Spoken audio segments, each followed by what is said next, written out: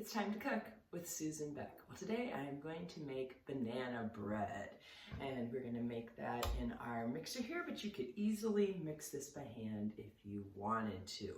All right, you don't need a whole lot for banana bread besides your typical baking soda, baking powder, flour, sugar.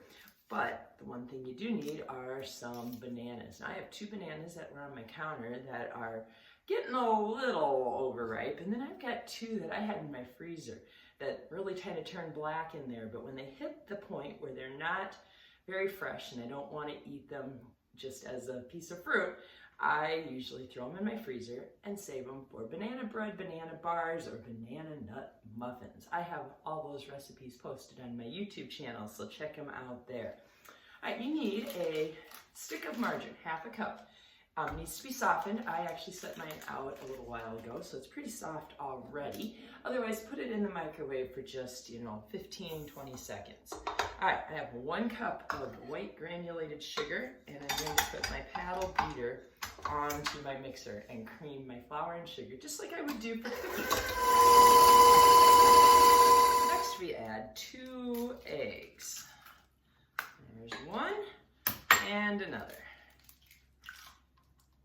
Oh, that's why I break them in a bowl. I got a little bit of shell in there. All right, time to beat those together. Next are the bananas. Now, this called for 3 medium bananas, and I would actually say that my bananas are all rather small, so I'm going to use 4 small bananas here today. And, it's a little bruised there. Really, it's just fine in banana bread, but if you don't like that, go ahead and cut it out of the banana. All right, these are going to be a little on the mushy side, but that's all right because I'm going to mush all the other ones up. So I'm just peeling them out. They get a little bit watery, but not to the point where it's going to mess up the consistency of our bread. So there's that goopy banana, and in it goes. All right, I'm going to grab a fork and just kind of mash, especially mashing the fresher bananas. Putting the bananas in with my sugar, butter, and eggs.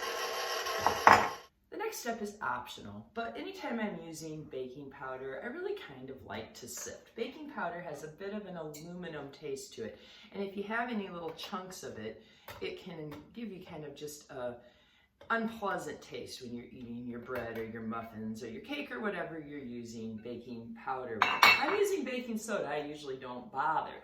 But today I have 2 teaspoons of baking powder going into these bread loaves, so I am going to go ahead and sift. Pull these off, and in they go. And then along with that, I have a 1/4 teaspoon of salt. These are called quick breads because they really are very quick to make. You don't have any yeast or sitting around waiting for things to rise. The one thing with the quick bread is when you add the dry ingredients, you now want to be sure that you don't overmix. You could do this by hand or just do it on a slow stir on your stand mixer, but we don't want to beat and beat and beat. We want to just incorporate the flour, and that's going to be good enough.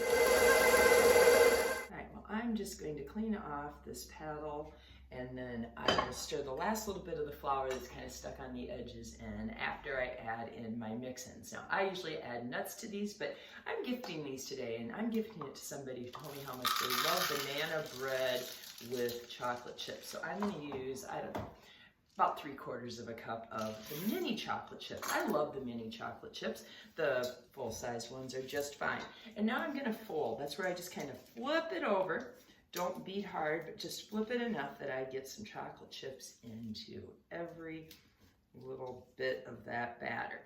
And this makes 2 loaves of banana bread. So I am going to really grease well, because I want my bread to flip out of this pan. Grease well 2 of these bread pans. Let's finish filling up this last pan here, and we'll be ready to bake this banana bread at 350 degrees for 1 hour. The best test is to put a toothpick in, and if that toothpick comes out clean with no sticky batter attached, your bread is done. So I like to just run a serrated knife around the edge just to kind of loosen it slightly, and then if you've greased your pan well, you should be able to just flip out your loaf of bread. And I just love to let them cool on a wire rack if you have one before I cut the bread. I'm just cutting that banana bread. Does it look great? We've got speckles of chocolate chips through that and just that flecking of the bananas. And I already tasted it here a little bit, but it's so tender on the inside, that moist banana in there, melted chocolate chips. And the outside's just got a nice little crunch to it, just to give you multiple textures. So if you like bananas, or if you have some bananas that are getting a little overripe, try out my banana bread recipe, and also look for my banana nut muffins and my banana cake.